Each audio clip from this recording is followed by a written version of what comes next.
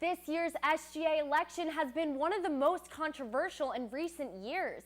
We've spoken with JMU's re-elected student body president, Jewel Hurt, but what's on the agenda for the rest of the leadership team? We're joined by these representatives live in the studio to lay out their plans for the upcoming year. Sammy? Thanks, Nastasia. I'm joined here live with Kayan Movagari, Ben Rosenberger, and Desiree Ademba. Thank you guys for coming on the show today. Thanks for having us. Absolutely. So let's get your guys' takes. What is the one change that you each hope to enact on campus in the coming school year? Do you want to start with this? So my position is not in SGA.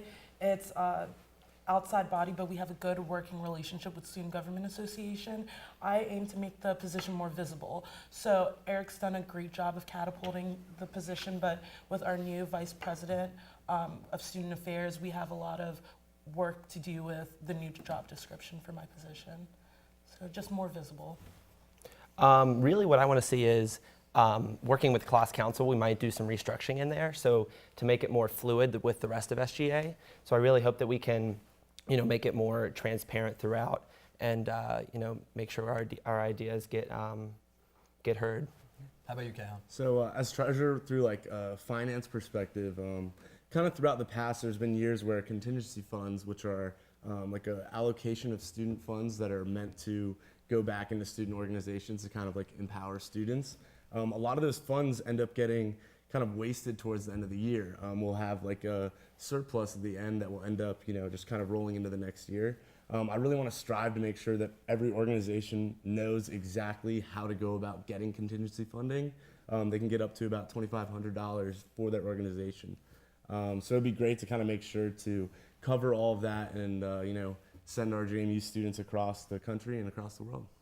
Now, you guys all have previous experience on SGA. What specific changes do you guys hope to see in the organization from last year to the new leadership team this year? So it's honestly kind of sad not being in student government next year, but I was community engagement chair on the leadership team this year, and I feel like a lot of our committees aren't very known to SGA. It's mainly you see class councils a lot more visible.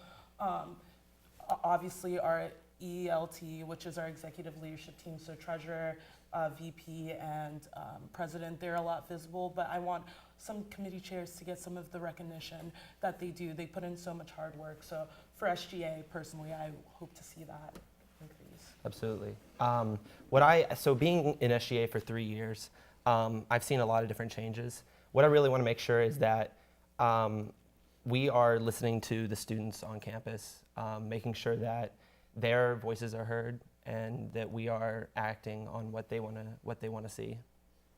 My biggest thing in SGA, I find that we're consistently getting kind of bogged down with the technicalities and the structures of, kind of old English whenever we're trying to conduct ourselves in Senate and kind of be progressive.